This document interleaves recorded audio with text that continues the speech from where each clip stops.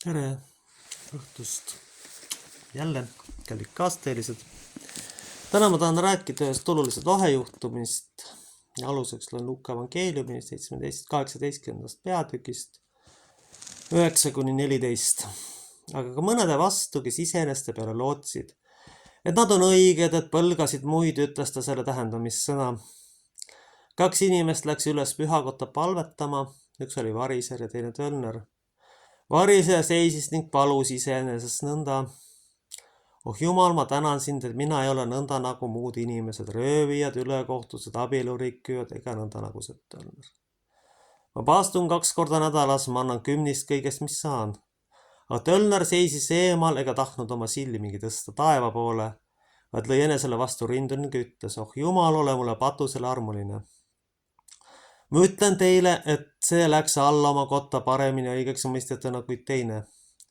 Sest igaüht, kes ennast ise ülendab, alandatakse, aga kes ennast ise alandab, seda ülendatakse. Aamen. Tänapäeva säästuühiskond on endast Jumalat teinud, arvates, et nemad võivad kästa, pooda ja lasta igal sammul ja igal tasandil. Me oleme jõudnud olukorda, kus grupp seltsimehi, ma ei nimeta seda konkreetse asutuse nime, tegi nimekirja, mida inimestest sisse lasta. Keda mitte. Selles nimekirjas oli 12 nime. See on nüüd parimate trotskistlike-stalinistlike traditsioonide järgi, et me teeme asutusest kinnisasutusse. Tähendab, siin on nüüd tegemist otseselt vanglaga. Sellise nimekirja tegemine toimub ainult riigi salastatuse tasandil. See on tasandil, kus tõesti on kellegi elu ja surma küsimus.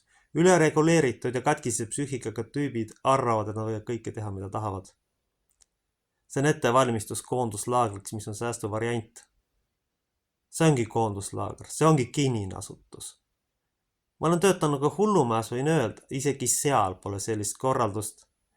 Ülereguleeritud õudus ja jubedus, mis igalt poolt vastu vaatab, viib lõpuks selleni, et tüüpidel on mõttekas ise siis uksed lihtsalt lukku keerata ja mingitel aegadel inimesi hakata sisse laskma. Kellegi tegemine jooksukpoisiks või lihtsalt terroristiks, kes inimesi sisuliselt hakkab välja viskama, on juba inimväärikuse alandamine.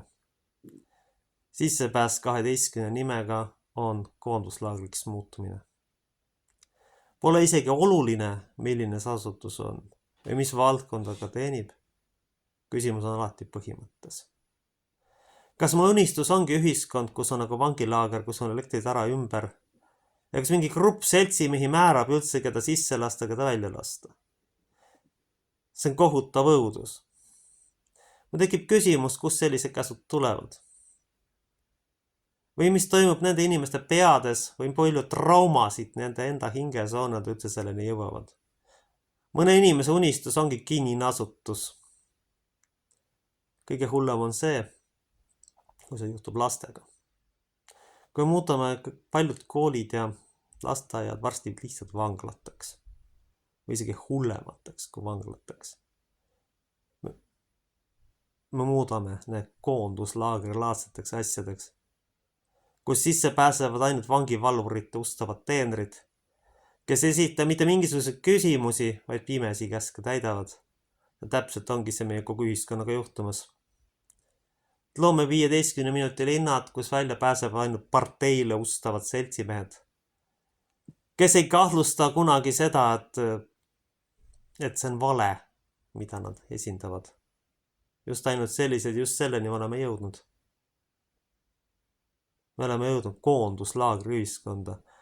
Sisuliselt on tegemist sellise käskirja puhul absoluutse kontrolli ühiskonna kehtestamise eelprooviga, kus ainult kõige ustavamad parteile, kõige ustavamad tüübid sisse saavad. Ja kõik. Seal ei ole mitte midagi teha. Siin ei ole kaksipidi mõtlemist. Grupp tüüpe on tõstnud ennast Jumala staatusesse ja arvab, et võivad siis teiste elud üle otsustada. See ei ole normaalne. See ei ole lihtsalt võimalik.